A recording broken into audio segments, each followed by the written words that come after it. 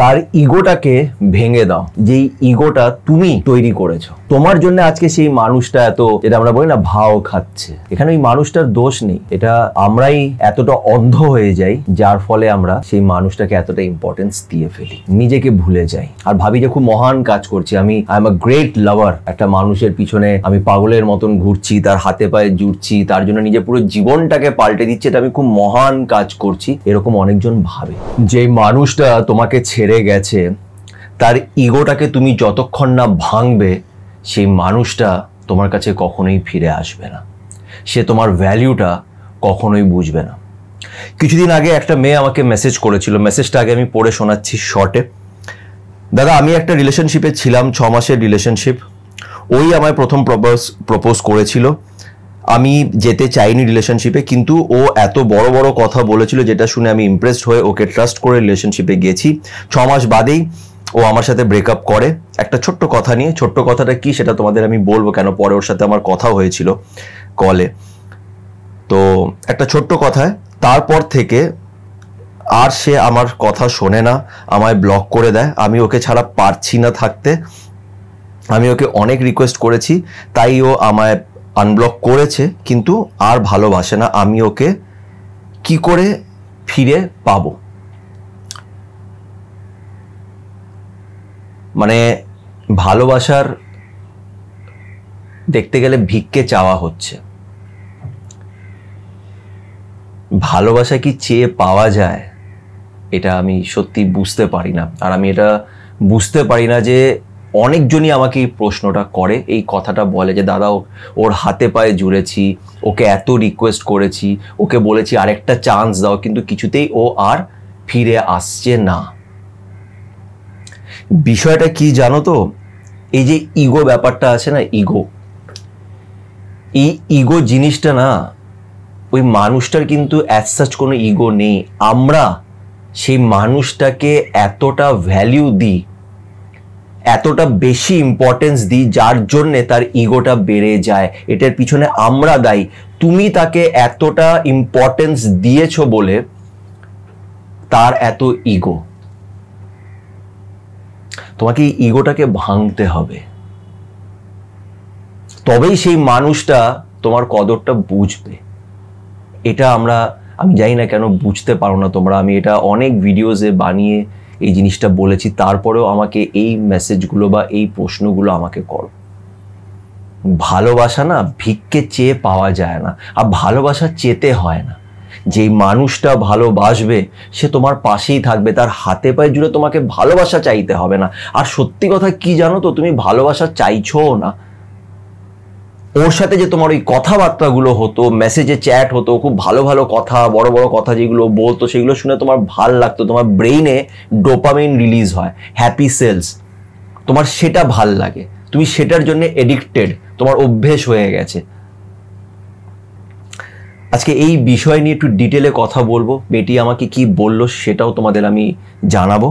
তোমরা নিজের মতামত রেখো, আর তার জন্য এই ভিডিওটাকে তোমাদের এন্ড অবধি দেখতে হবে। তো প্লিজ এই ভিডিওটাকে এন্ড অবধি দেখো, এবং যারা যারা আমার চ্যানেল সাথে সুমন্তকে এখন পর্যন্ত সাবস্ক্রাইব করোনি, তারা প্লিজ একটু আমার চ্যানেলটাকে সাবস্ক্রাইব করে দিও। তার ইগোটাকে ভেঙে দাও, সে তোমার কাছে ফিরে আসবে, এবং তারপরে তোমার আর ইচ্ছে করবে না এই মানুষটাকে পাত্তা দিতে।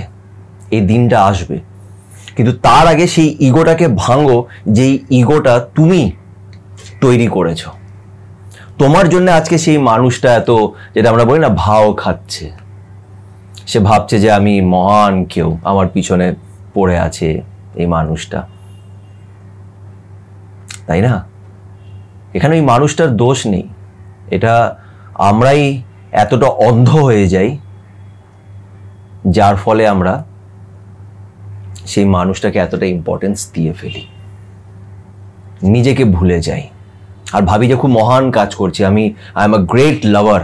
একটা মানুষের পিছনে আমি পাগলের মতন ঘুরছি, তার হাতে পায়ে জুড়ছি, তার জন্য নিজের পুরো জীবনটাকে পাল্টে দিচ্ছে, এটা আমি খুব মহান কাজ করছি, এরকম অনেকজন ভাবে। এই মেয়েটি আমাকে ফোন করেছিল, খুব কান্নাকাটি করছিল, বলছিল দাদা, আমার এর আগে একটা রিলেশনশিপ ছিল যেখানে আমি খুব চিটেড হয়েছি, খুব কষ্ট পেয়েছি, তারপরে আমি ভেবেছিলাম যে আমি কোনো রিলেশনশিপে যাব না। এরপরে এই ছেলেটা আমার জীবনে আসে, আমি একে বারণ করি, আমি ওকে বলি যে আমার পাস্ট এক্সপিরিয়েন্স ভালো না, যার জন্য আমি কোনো রিলেশনশিপে যেতে চাই না। এটা আমাকে অনেকজনই বলে, আর এটা আমার কি বলবো, এটা নিয়ে একটা ভিডিও আমি বানাবো।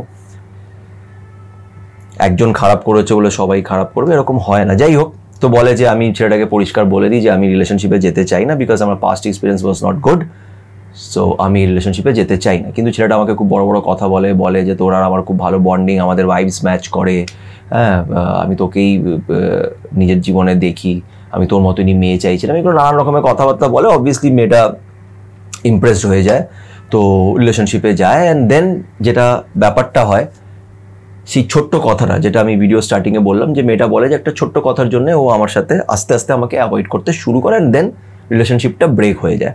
এবার এই ছোট্ট কথাটা কি?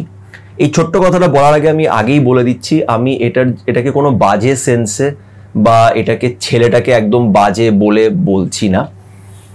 ব্যাপারটা এটা হয় যে দেখো, আমরা একটা রিলেশনশিপে যাই, সেখানে আমাদের অনেক ফিজিক্যাল অ্যাট্রাকশনও থাকে, এটা একটা পার্ট, এটাকে যতই ডিনাই করা হোক, যেখানে ভালোবাসা আছে ওখানে কোথাও না কোথাও একটা ফিজিক্যাল ব্যাপারও চলে আসে। তো ছেলেটা কোথাও না কোথাও, এবার এদের মধ্যে যেটা ছিল সেটাকে আমি ভালোবাসা বলি না, যাই হোক। তো ব্যাপারটা হচ্ছে যে ছেলেটা যখন রিলেশনশিপে এরা থাকে তখন সেটা একটু একটু ওকে মানে ইনডিরেক্টলি একটু ক্লোজ হওয়ার কথাবার্তা বলে। খারাপ কিছু না, মেয়েটা আমাকে নিজে বললো, আমাকে খারাপ কিছু বলেনি, আমাকে কিছু জোরও করেনি, আমাকে নিজের কিছু প্রস্তাব রেখেছিল, মানে ইনডিরেক্টলি ঘুরিয়ে ফিরিয়ে আর কি, যেরকম আর কি হয় রিলেশনশিপে, একটা গার্লফ্রেন্ড বয়ফ্রেন্ড একে অপরে ক্লোজে যায়, তো ঠিক আছে, এটাকে আমি কোনো সময় ভুল বলছি না বা খারাপ বলছি না। কিন্তু মেয়েটা বলে যে না, আমি এই মুহূর্তে অতটা কমফোর্টেবল নই, এটাই।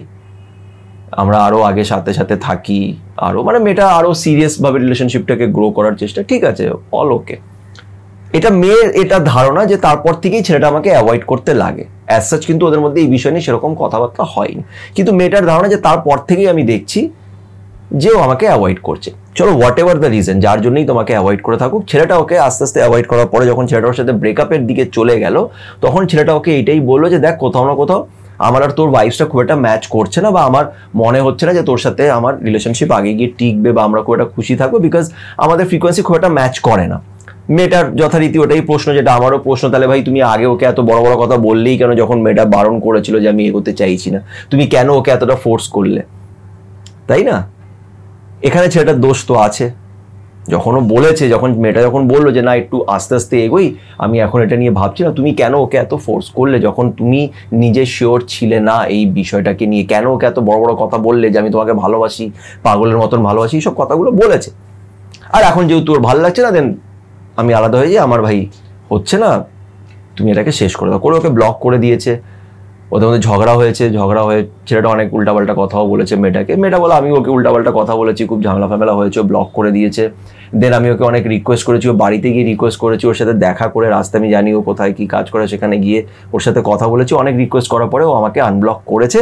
কিন্তু আগের মতন আমার সাথে ওরকমভাবে কথাও বলে না, আমি কোনো মেসেজ করলে সেটা একটা ছোট্ট জবাব দেয়, খুব একটা আমাকে পাত্তা দিচ্ছে না। কিন্তু দাদা, আমার তো অভ্যেস হয়ে গেছে ওর সাথে, আমি ওর সাথেই সব কিছু স্বপ্ন দেখে ফেলেছিলাম, হ্যাঁ, আমি ওর সাথে ভবিষ্যৎ কাটানোর কথা ভেবেছিলাম, এবার ও আমাকে এরকম ছেড়ে দিয়েছে, আমি কি করে বাঁচবো দাদা? আমি তো পারছি না ওকে ছাড়া, আমাকে যা হোক করে ওকে আমি চাই যাতে ও ফিরে আসুক, তুমি এরকম ভিডিও বানিয়েছো, হ্যাঁ, যে কাউকে ফিরে পাওয়া যায়, ওই তো কি করে ওকে ফিরে পাবো, সব নানান কথা আমাকে ওই জিজ্ঞেস করেছে, অনেক আপসেট ছিল মেয়েটা। আমার এখানে একটাই কথা আছে, একটা জিনিস যেটা তোমরা বুঝতে পারছো না, যে ভালোবাসা কখনোই কিনে পাওয়া যায় না, জোর করে ভালোবাসা করা যায় না। আর তার চেয়েও বড় ব্যাপার, দেখো, ফিরে তুমি একটা মানুষকে ডেফিনেটলি পাবে, তুমি যদি তার ইগোটাকে ভাঙো। আর এর আগেও আমি ফিরে পাওয়ার জন্য অনেকগুলি সাইকোলজিক্যাল স্টেপসও বলেছি, তুমি যদি সেগুলো ফলো করো, সেই মানুষ তোমার জীবনে ফিরে নিশ্চয়ই আসবে। কিন্তু ব্যাপারটা হচ্ছে যে ফিরে আসলেও এটা ডিপেন্ড করছে ডিফারেন্ট স্টোরিজের উপরে, যে তোমার সাথে ওর বন্ডিংটা কিরকম ছিল। এখানে একটা 6 মাসের বন্ডিং, আর সেখানে এই ছেলেটা যে প্রথমেই এত বড় বড় কথা বলে যে রিলেশনটাকে একটা মিথ্যের সাথে শুরু করেছে, সেই মানুষটা তোমাকে আগে কি খুশি রাখবে? আজকে ডেফিনেটলি তুমি যদি ওর থেকে ডিট্যাচ হও, যে টেকনিক্সগুলো আমি বলেছি বা যেগুলো সাইকোলজিক্যাল স্টেপস, তুমি যদি সেগুলো ফলো করো, এই মানুষটা কিন্তু তোমার পিছনে আসতে পারে, তার চান্সেস অলমোস্ট 90%। আমরা যখন কাউকে অ্যাভয়েড করতে শুরু করি, সেই মানুষটা আমার দিকে আসে, এটা কিন্তু হয়। কিন্তু ব্যাপারটা হচ্ছে যে তুমি এই মানুষটাকে ফিরে পেয়েও তুমি কি করবে। আমরা একটা মানুষের সাথে রিলেশনশিপে কেন যাই এটাকে বোঝো। তুমি চাইছো এই মানুষটার সাথে ঘর সংসার করার, তুমি এই মানুষটার সাথে অনেক স্বপ্ন দেখেছো।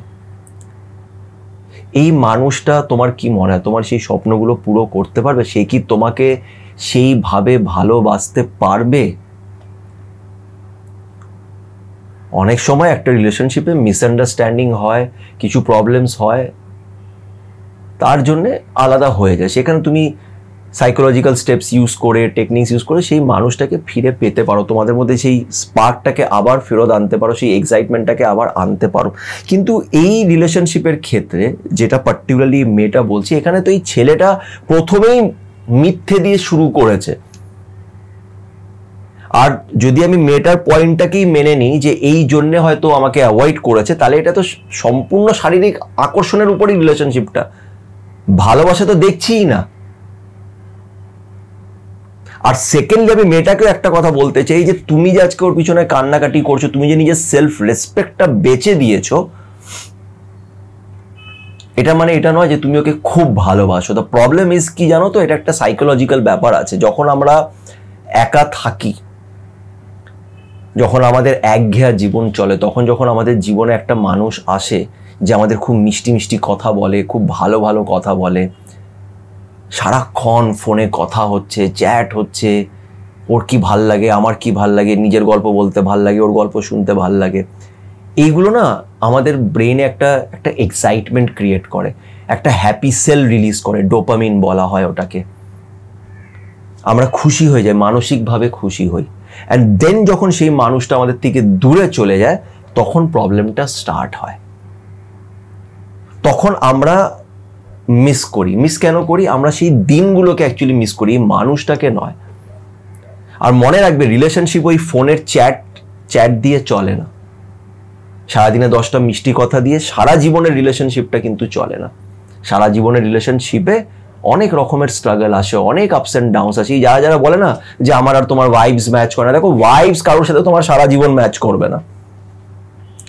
সারা জীবন কারোর সাথে ভাইবস ম্যাচ করবে না, প্রবলেমস আসবেই।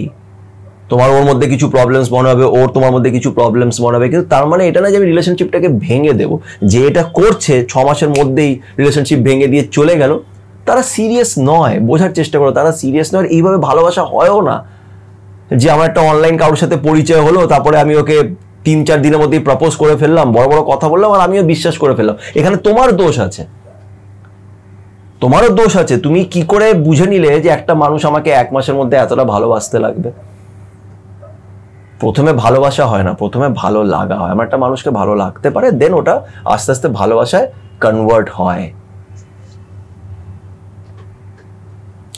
আজকে তুমি নিজের সেলফ রেসপেক্ট বেচে দিয়ে তার কাছে গিয়ে তার হাতে পায়ে জুড়ছো, এটা শুনেই না আমার মানে কিরকম একটা লাগে। আমাকে মেয়েটা বলছে, আমি খালি ভগবানকে একটাই কথা বলি যে প্লিজ ওকে আমাকে ফিরিয়ে দাও। ভগবান জীবনেও ফিরিয়ে দেবে না, নেভার। কেন? ভগবান তোমাকে যেই শরীরটা দিয়েছে, আত্মাটা দিয়েছে, তোমাকে একটা সোল দিয়েছে, তোমাকে একটা রেসপেক্ট দিয়েছে, তুমি সেটাকেই ডিসরেসপেক্ট করছো, তুমি নিজেকে ডিসরেসপেক্ট করছো।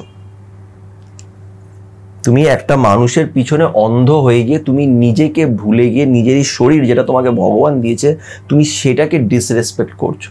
তোমার আত্মাটাকে ডিসরেসপেক্ট করে তুমি চাইছো তুমি ওই মানুষটাকে ফিরে পাবে। কি হবে ফিরে পেয়ে? ও কি কোনো টয়? ওকে রেখে তুমি কি করবে? ওকে একটা রোবট? কি করবে ওকে নিজের সাথে রেখে? তুমি কি করবে? ও তো তোমাকে ভালোবাসে না, ও ভালোবাসতেই জানে না। ও ভালোবাসাটা কি ও সেটাও জানে না। তুমি কি করবে? ভবিষ্যতের কথাটা আমরা কেউ ভাবি না, তাই না? আমরা ভাবি এই তো এটাই ভালোবাসা, এই তো আজকে ওর সাথে খুব মিষ্টি মিষ্টি কথা হচ্ছে, সারা জীবন এরকমই হবে, এইভাবেই চলবে।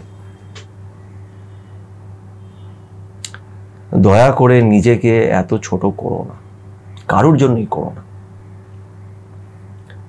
তার ইগোটাকে এত ইম্পর্টেন্স দিও না, সেই মানুষটাকে এত ইম্পর্টেন্স দিও না, সেই মানুষটাকে ভগবান বানিয়ে ফেলো না। সেই মানুষটা কেউ না একদিন এমনও সময় আসবে যখন তোমার এই মানুষটার কথা মনেও থাকবে না। তখন তুমি ভাববে যে আমি পাগল হয়ে গেছিলাম, আমার ব্রেনটা অফ হয়ে গেছিলো যে আমি এই মানুষটার পিছনে এতটা পাগল ছিলাম। নিজেকে তখন তোমার ঘেন্না করবে যে একসময় এই মানুষটাকে আমি ভালোবেসেছি আর তার জন্য আমি পাগলের মতন বিহেভ করেছি, নিজের সেলফ রেসপেক্ট বেচে দিয়ে তার হাতে পায়ে জুড়েছি। আর এতে কি হবে, তুমি যখন তার হাতে পায়ে জুড়ছো তখন সে কি দেখছে যে আরে এই মানুষটা তো আমার পিছনে পাগল, ও তোমার উপরে হাসবে, ভালো কখনোই বাসবে না।